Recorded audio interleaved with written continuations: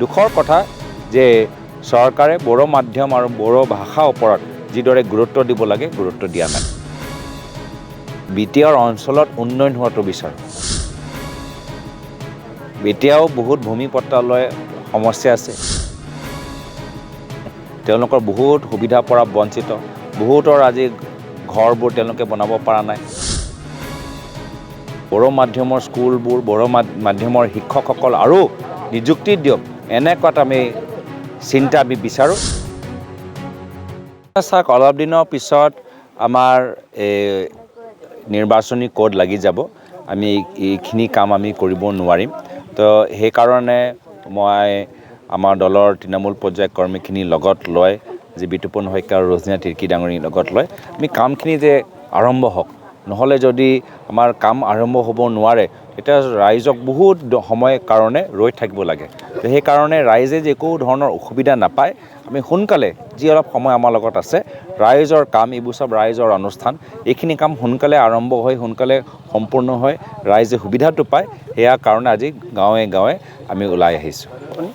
চাওক, কংগ্ৰেছ দলটোক আজি ৰাইজে যিদৰে সমৰ্থন জ্ঞাপন কৰিছে, আমি দেখিছোঁ যে ৰাহুল গান্ধী ডাঙৰীয়া যাত্ৰাৰ সময়ত কিমান ৰাইজ ওলাই আহিছে।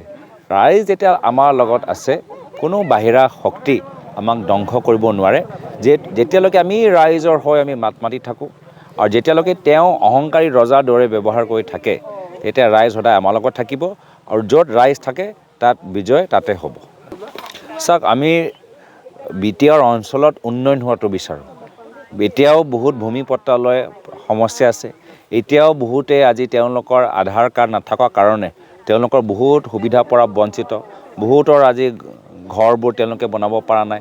তো আমি বিটিআৰ অঞ্চলত আমি উন্নয়ন হোৱাটো বিচাৰোঁ আৰু প্ৰত্যেক ৰাইজৰ আজি আমি বড়ো ভাষাটো অনাগত দিনত আৰু প্ৰচলিত হওক।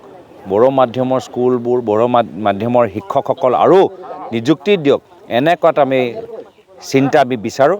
দুখৰ কথা যে চৰকাৰে বড়ো মাধ্যম আৰু বড়ো ভাষাৰ ওপৰত যিদৰে গুৰুত্ব দিব লাগে গুৰুত্ব দিয়া নাই। চাওক, কংগ্ৰেছ দল প্ৰত্যেক জনগোষ্ঠী, প্ৰত্যেক জনজাতিক সন্মান কৰে। আমাৰ কাৰণে অসম হ'ল এটা মিনি ভাৰত, য'ত বিভিন্ন ধৰণৰ ধৰ্ম বৰ্ণ নিৰ্বিশেষে মানুহ বসবাস কৰে। সকলোৰ উন্নতি, সকলোৰ প্ৰগতি আমি বিচাৰোঁ। কিন্তু বিজেপিটো ওৱান ইণ্ডিয়া, ওৱান এটা চব ওৱান। তো সেইকাৰণে বিভিন্ন ধৰ্মৰ যে বিভিন্ন ভাষা আছে সেইটোও নহয়। তেওঁলোকৰ কাৰণে ভাষাও এটা, ধৰ্মও এটা, তেওঁলোকৰ কাৰণে জাতিও এটা। কিন্তু ইয়াত যে আমাৰ বিভিন্ন ধৰণৰ জাতি আছে, বিভিন্ন ভাষা আছে, বিভিন্ন সংস্কৃতি আছে, সেইটো তেওঁলোকে বুজি নাপায়। তো সেইকাৰণে আজি দেখিছোঁ যে সামূহিকভাৱে যিদৰে উন্নয়ন হ'ব লাগিছিল, হোৱা নাই। বিশেষকৈ আমাৰ দিনত যিদৰে উন্নয়ন হৈছে, আজিৰ তাৰিখত যথেষ্ট কামবোৰ স্থগিত। চাওক, আমাৰ কথাটো হ'ল যে আজি খেতিয়কসকলৰ আজি অৱস্থা ভাল নহয়। খৰাঙৰ অৱস্থাৰ কাৰণে খেতিয়কসকলে আজি ভালকৈ নিজৰ খেতি কৰিব পৰা নাই। আমি খেতিয়কসকলৰ কাৰণে আমি বিশেষকৈ আমি গুৰুত্ব দিম। এইটো আমাৰ প্ৰাথমিকতা থাকিব।